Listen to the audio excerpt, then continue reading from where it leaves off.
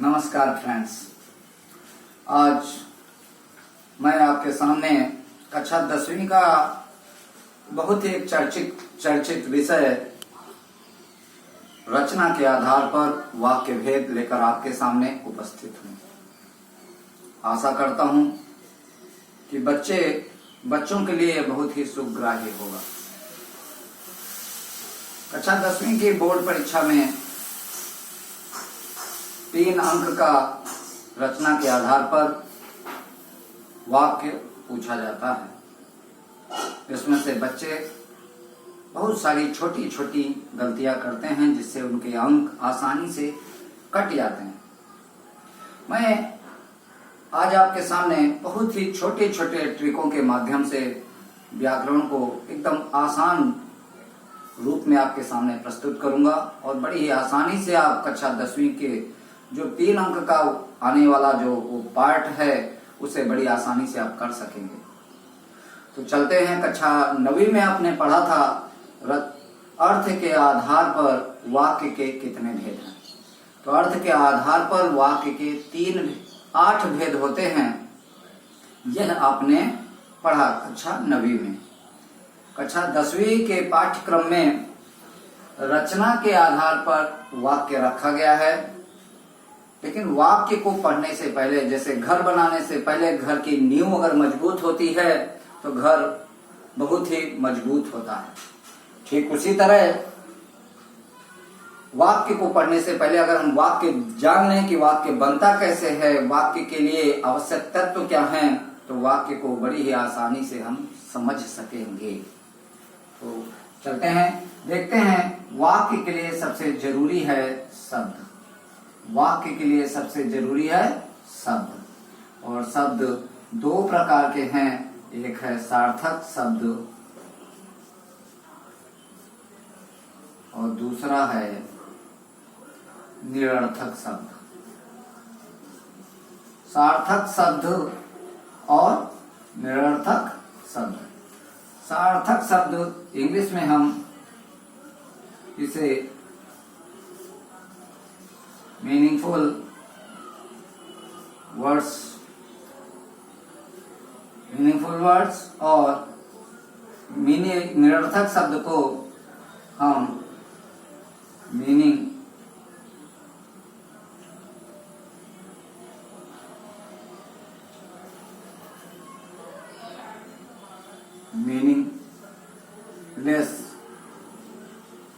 Word के नाम से जानते हैं।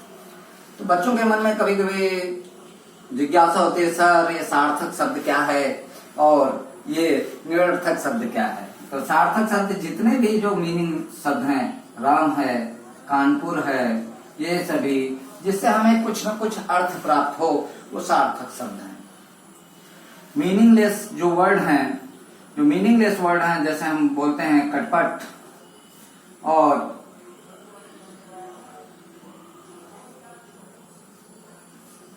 चटनट, जो ये शब्द हैं, या वाह, ये जो शब्द हैं, जैसे खाओ वाओ, चलो वलो, तो जो वलो शब्द है ये कोई मीनिंग नहीं है।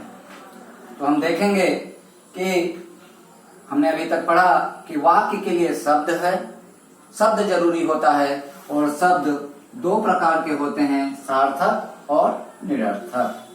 सार्थक शब्द राम कानपुर है और मीनिंगलेस अर्थात निरर्थक शब्द कटपट, चटनट, वाव इत्यादि बहुत सारे शब्द हैं जो हम अपने दैनिक जीवन में प्रयोग करते हैं। इसके पश्चात हम चलेंगे कि वाक्य के लिए जरूरी क्या चीज है, क्योंकि वाक्य के लिए हमने जान लिया कि वाक्य के लिए शब्द चाहिए, और शब्द हमें कैसा चाहिए, सार्थक चाहिए। निरर्थक शब्द की हमें कोई आवश्यकता नहीं है। आगे चलते हैं। फिर इसके बाद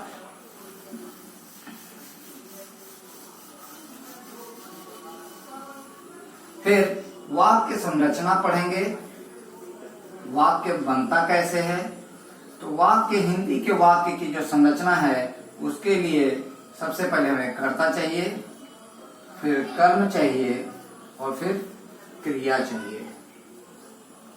हमें क्या क्या चाहिए, कर्ता चाहिए, कर्म चाहिए और क्रिया चाहिए। ये तीन चीजें हमें वाक्य के लिए जरूरी हैं। वाक्य की संरचना में कर्ता, जिसको हम इंग्लिश में हम सब्जेक्ट बोलते हैं, ऑब्जेक्ट बोलते हैं और इसको वर्ब बोलते हैं। अब वाक्य की परिभाषा हमारे सामने तैयार हो गई कि वाक्य के लिए हमने बताया था, वाक्य के लिए शब्द कैसा चाहिए? सार्थक शब्द चाहिए। कैसा चाहिए हमें? सार्थक शब्द चाहिए। तो हमारी परिभाषा तैयार हो गई। रटने की आवश्यकता नहीं है, व्याकरण अभ्यास और समझने की जरूरत है। तो वाक्य के लिए हमें क्या चाहिए? सार्थक। तो सार्थक शब्द हो और क्या हो? इस क्रम में हो, कर्ता, कर्म और क्रिया के सीक्वेंस में हो। तो सार्थक शब्दों का व्यवस्थित क्रम, यह व्यवस्थित क्रम, कर्ता, कर्म, क्रिया, यह व्यवस्थित क्रम, अगर इस क्रम में शब्द रखे गए हैं तो वह वाक्य कहलाएगा। हमारी परिभाषा तैयार हो गई। कुछ नहीं करना है, सार्थक शब्दों का व्यवस्थित क्रम समूह, सार्थक शब्दों का व्यवस्थित क्रम समूह वाक्य कहलाता है। सार्थक शब्दों का व्यवस्थित क्रम समूह वाक्य कहलाता है। यह ध्यान देने की चीज है। इसको इंग्लिश में अगर हम कहें तो सार्थक शब्द हो गए मीनिंगफुल वर्ड्स, व्यवस्थित क्रम हो गया सिस्टमैटिक अरेंज वे, और समूह का हो गया बंडल। तो इंग्लिश में परिभाषा हमारी तैयार हो गई, a bundle of a meaningful words in a systematic way we call sentence. A bundle of meaningful words, a bundle of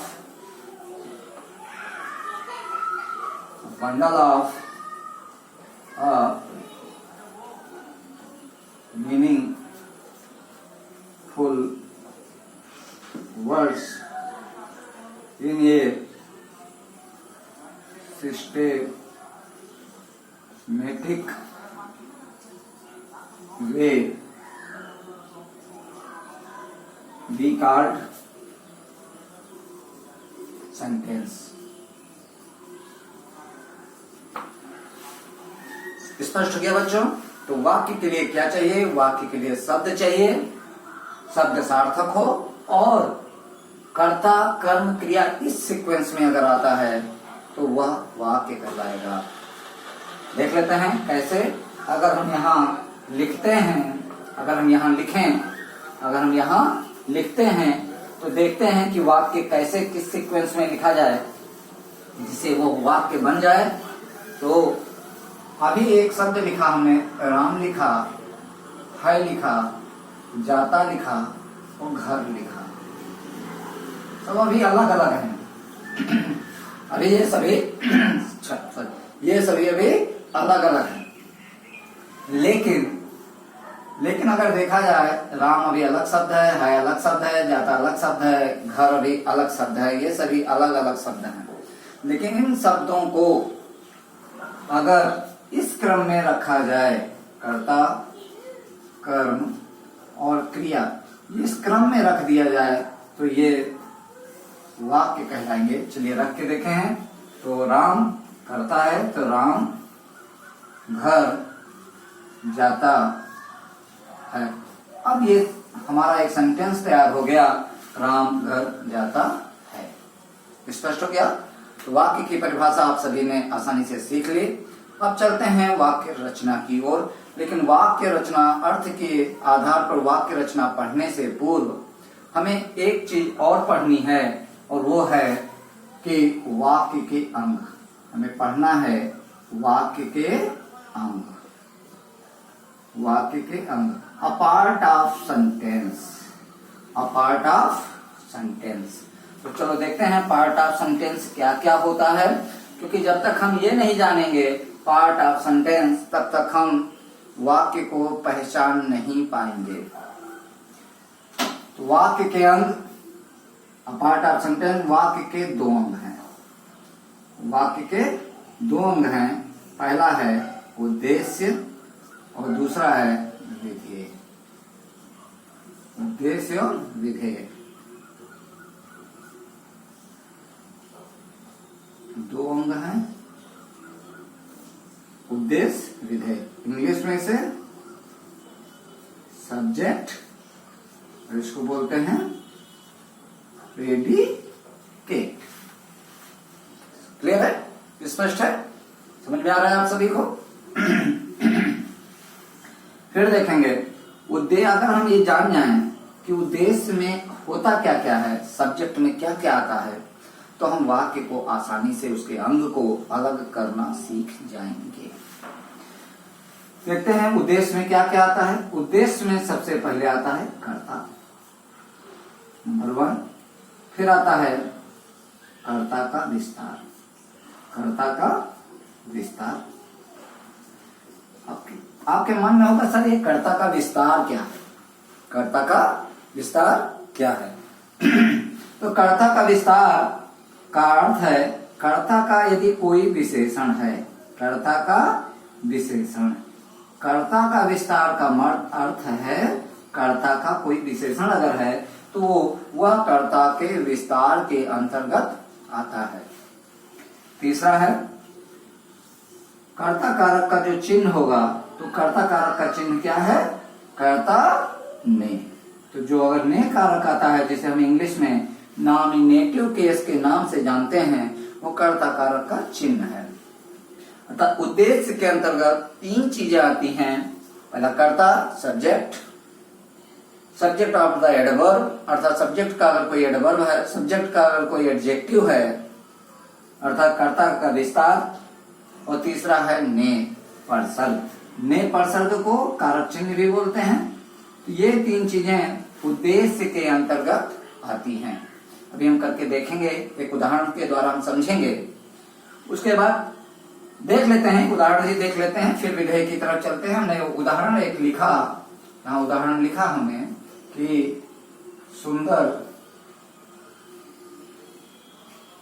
बालक, सुंदर बालक खेल रहा है।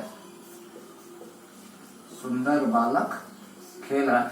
ये जो उद्देश्य है ये इसका मैक्सिमम पार्ट है।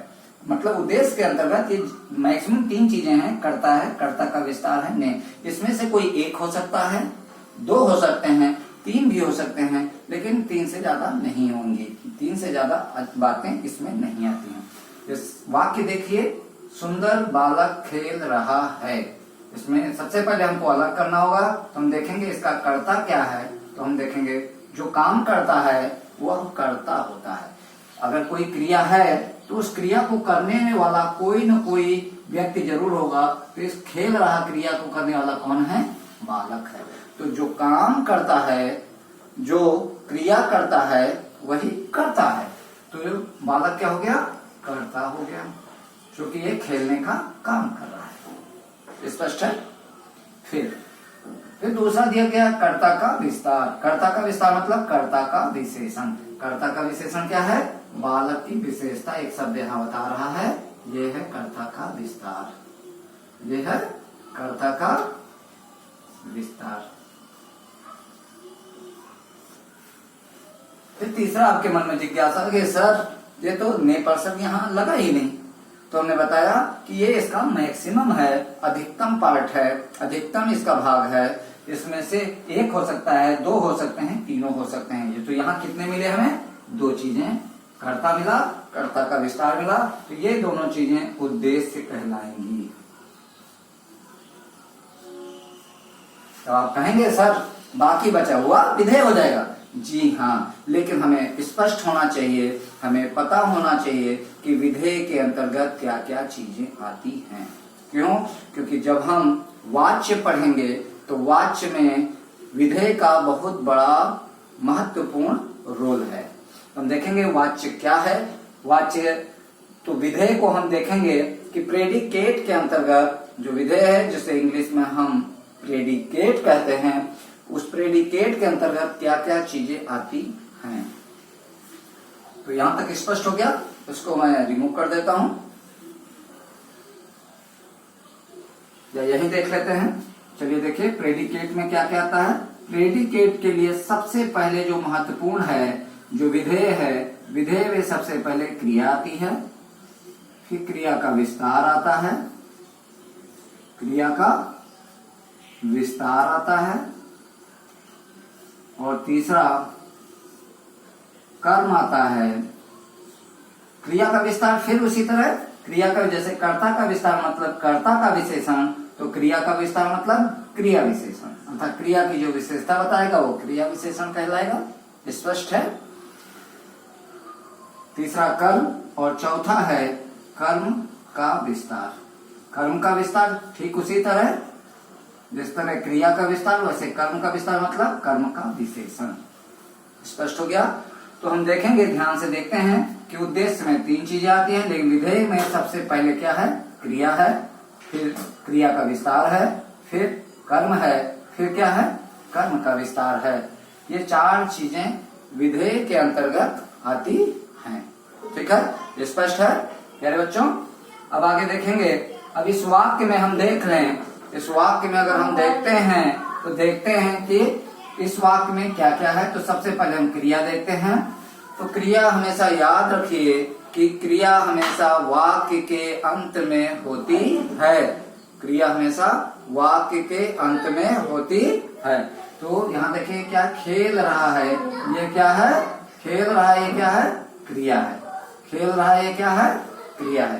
क्रिया दिया गया, लेकिन क्रिया हम चेक पूरा करेंगे, क्या क्रिया का विस्तार, क्या कर्म, कर्म का विस्तार, क्या ये सभी चीजें अब दी गई हैं उस वाक्य में है कि नहीं है। हम देखते हैं क्रिया का विस्तार, क्या क्रिया की कोई विशेषता बता रहा है, कब, कहाँ, कैसे, कितना, जी नहीं। अर्थात यहाँ खेल रहा है, कैसे खेल रहा है, कितना खेल रहा है, कहाँ खेल रहा है, कैसे, कब खेल रहा है, इसके बारे में कोई सूचना नहीं दी गई, अर्थात क्रिया का विस्तार यहाँ नहीं है। तीसरा कर्म, कर्म भी नहीं है, मैदान में खेल रहा है कि घर के सामने खेल रहा है, तो इस तरह का कहीं इसमें नहीं दिया गया। तो इस तरह हम देखते हैं कि वाक्य के 2 अंग हैं, एक उद्देश्य, दूसरा विधेय। ये बिना समझे जब हम वाक्य भी पढ़ेंगे तो वाक्य को हम नहीं जान पाएंगे। इसलिए वाक्य को जानने के लिए वाक्य के अंगों को जानना बहुत ही जरूरी है। वाक्य के 2 अंग हैं, उद्देश्य, विधेय। Subject, predicate. सब्जेक्ट में कर्ता, कर्ता का विस्तार और नेपर्सन। विधेय में क्या, क्रिया, क्रिया का विस्तार, कर्म और कर्म का विस्तार। ये 4 चीजें हैं और इस तरह हम इसको निकाल कर देखेंगे कि वाक्य के कितने अंग हैं। तो वाक्य के 2 अंग है, कभी कभी दिया